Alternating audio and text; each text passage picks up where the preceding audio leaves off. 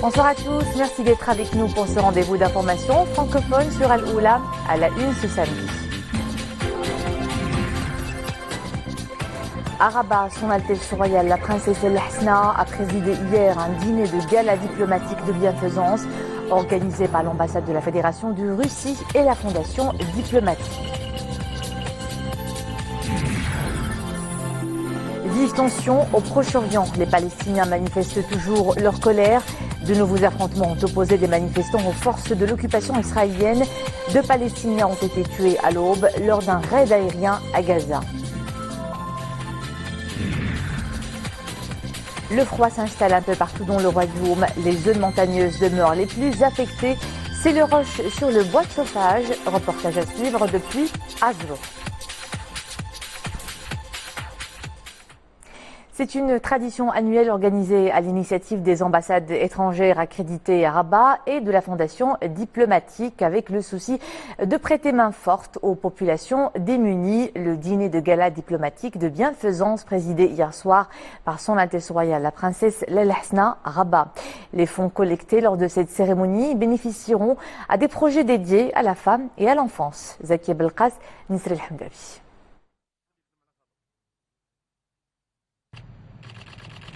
Le dîner de gala diplomatique de bienfaisance, un rendez-vous annuel organisé pour la bonne cause, venir en aide aux populations démunies. Un événement caritatif rehaussé par la présence de Son Altesse Royale, la princesse El Hasna, qui ne cesse d'entourer cette initiative de bienfaisance de sa sollicitude. L'événement, qui est initié par la Fondation diplomatique, est organisé cette année en partenariat avec l'ambassade de Russie. Une collaboration qui en dit long sur la profondeur des relations séculaires liant le Maroc à la Russie.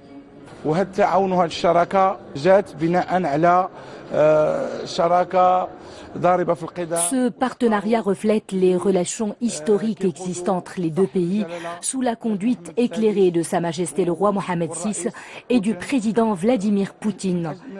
Les fonds collectés lors de cette cérémonie seront injectés dans des projets de bienfaisance. Notre volonté de développer nos relations bilatérales, partenariat stratégique approfondi entre les deux pays. Et on se souvient toujours la visite historique de Sa Majesté l'année passée à Moscou. Et nous sommes très très contents des résultats entre nos deux pays dans tous les domaines.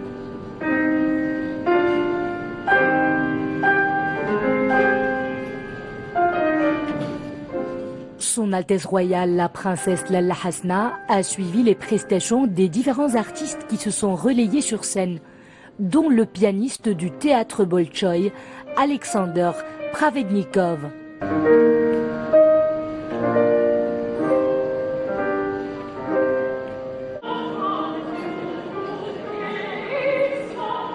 Ce voyage musical russe s'est poursuivi avec la soliste soprano russe Irina Kostina.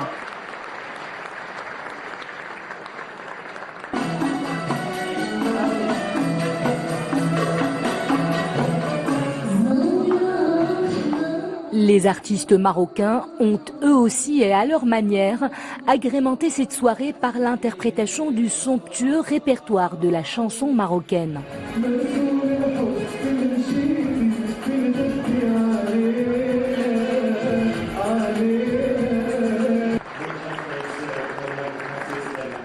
À cette occasion, l'écu de la Fondation diplomatique a été remis à Son Altesse Royale, la princesse El Hasna.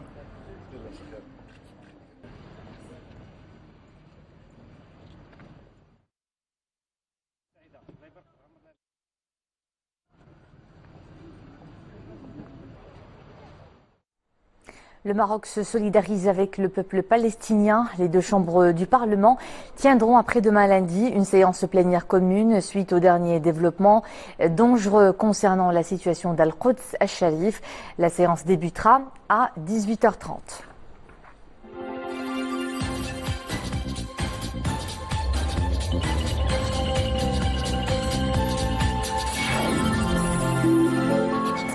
Et les tensions sont toujours vives au Proche-Orient, 3 jours après l'annonce de Donald Trump de reconnaître Al-Quds comme capitale d'Israël. Les affrontements se poursuivent au lendemain de la journée de la colère dans les territoires palestiniens contre cette annonce. 2 Palestiniens ont été tués à l'aube lors d'un raid aérien israélien contre une cible du Hamas à Gaza. Nesril Hamdavi nous en dit plus. La colère palestinienne gronde encore et encore. Des heurts meurtriers avec les forces d'occupation ont de nouveau éclaté en Cisjordanie occupée pour le 3e jour consécutif après la décision de Trump de reconnaître Al-Quds comme capitale d'Israël.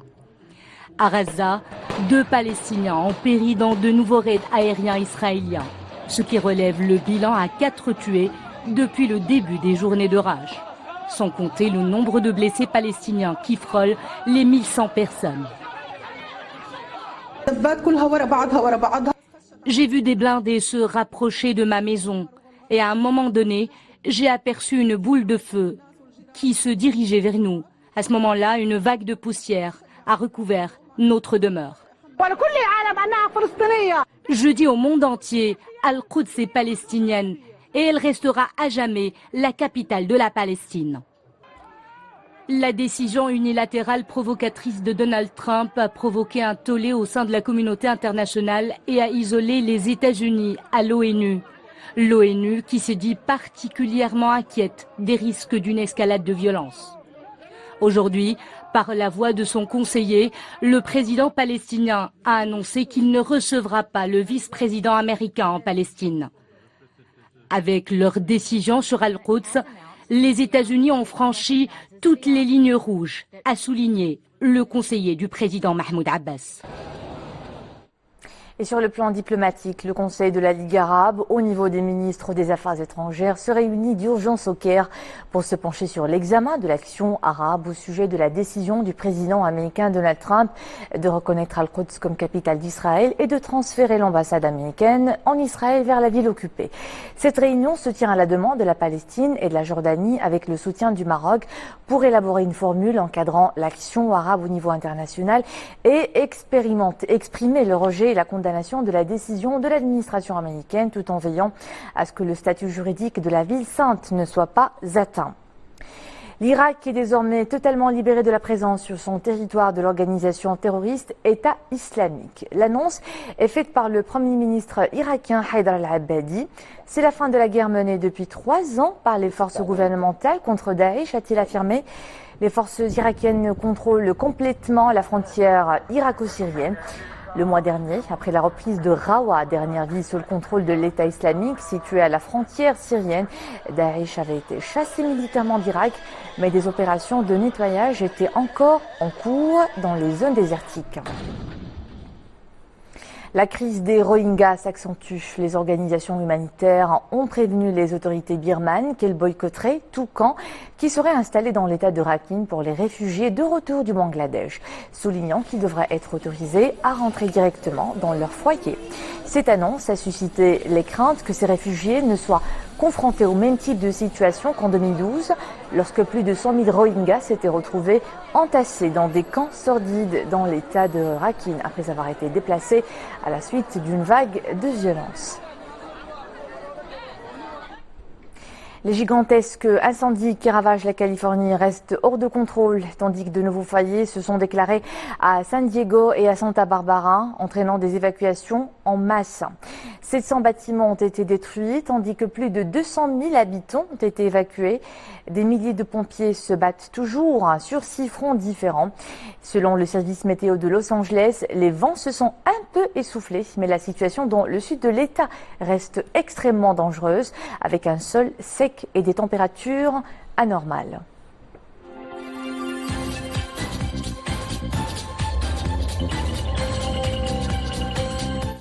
Et chez nous, la chute du mercure ces derniers temps est remarquable avec des valeurs minimales qui descendent parfois dans certaines régions à 0 degré.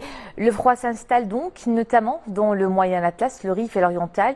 Les populations des zones montagneuses sont les plus affectées par cet épisode de froid. Et c'est bien sûr la course au bois de chauffage dont les prix repartent à la hausse. Comptez pas moins de 1250 dirhams la tonne. Reportage Ahmad Fadeli, commentaire Monia Marouche. Un froid polaire commence à se sentir à Azro. Se chauffer devient presque vital, d'où la ruée vers le bois de feu. Les abatteurs d'arbres tronçonnent, fendent et empilent le bois. Cette denrée précieuse est si recherchée par les habitants du Moyen Atlas qui souhaitent passer un hiver au chaud. Le poêle est nécessaire à la maison. Les enfants ont besoin de se réchauffer tout au long de la journée. Moi, je ne peux pas faire le ménage sans le chauffage. Il fait très froid ici. J'achète du bois entre 1 et 1,5 tonnes pour cette année. L'hiver est très rude ici au Moyen Atlas, notamment pour les personnes âgées qui sont très vulnérables au froid. La forêt constitue un potentiel de production. La filière du bois assure 3600 journées de travail pour la population locale avec une valeur de 18 millions de dirhams. Pourtant, l'abattage excessif du cèdre engendre une désertification qui menace l'équilibre écologique de la région.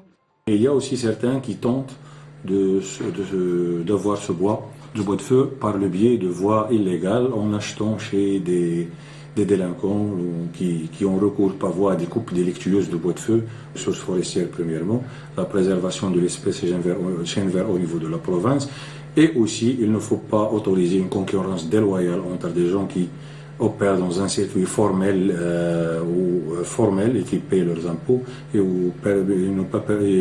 d'autres qui ont recours à des opérations illégales. D'Ifrane est une aire géographique riche par sa faune et sa flore. Sa superficie forestière est de 16 000 hectares, composée essentiellement de cèdres et du pin. Et le temps froid persiste tout au long de ce week-end et dès lundi, des chutes abondantes de neige sont prévues dans certaines provinces du Moyen et du Haut-Atlas, du Centre et de l'Oriental. Le pays connaîtra également une situation pluvieuse en début de semaine. Le temps se stabilisera à partir de mercredi. Plus de précisions avec Hossein Abd de la Météorologie nationale.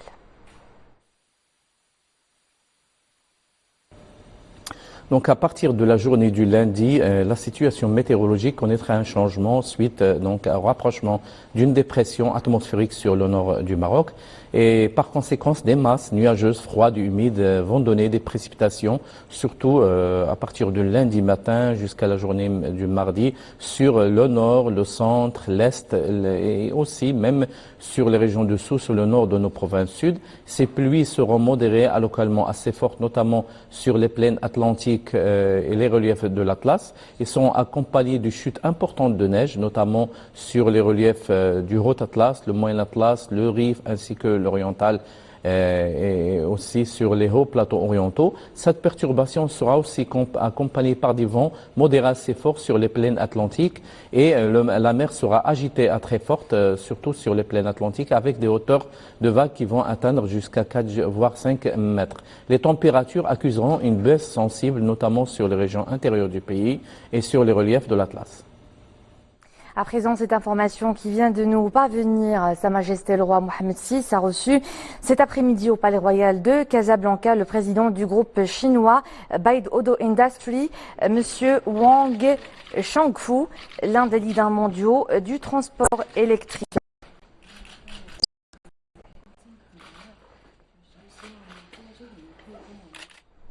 Et les développements bien sûr dans nos prochaines éditions. Du sport pour finir, le Wydad champion d'Afrique en titre a été éliminé de la Coupe de club après sa défaite 0-1 face à FC Pachuca du Mexique en match comptant pour le deuxième tour au stade Sheikh Zayed à Abu Dhabi aux Émirats Arabes Unis. En demi-finale, le 12 décembre prochain, les Mexicains seront opposés au club Grêmio Football Porto du Brésil. Voilà donc pour l'essentiel de l'actualité de ce samedi à 20h30. L'info est de retour avec Nadia El Mouden. Passez une agréable soirée.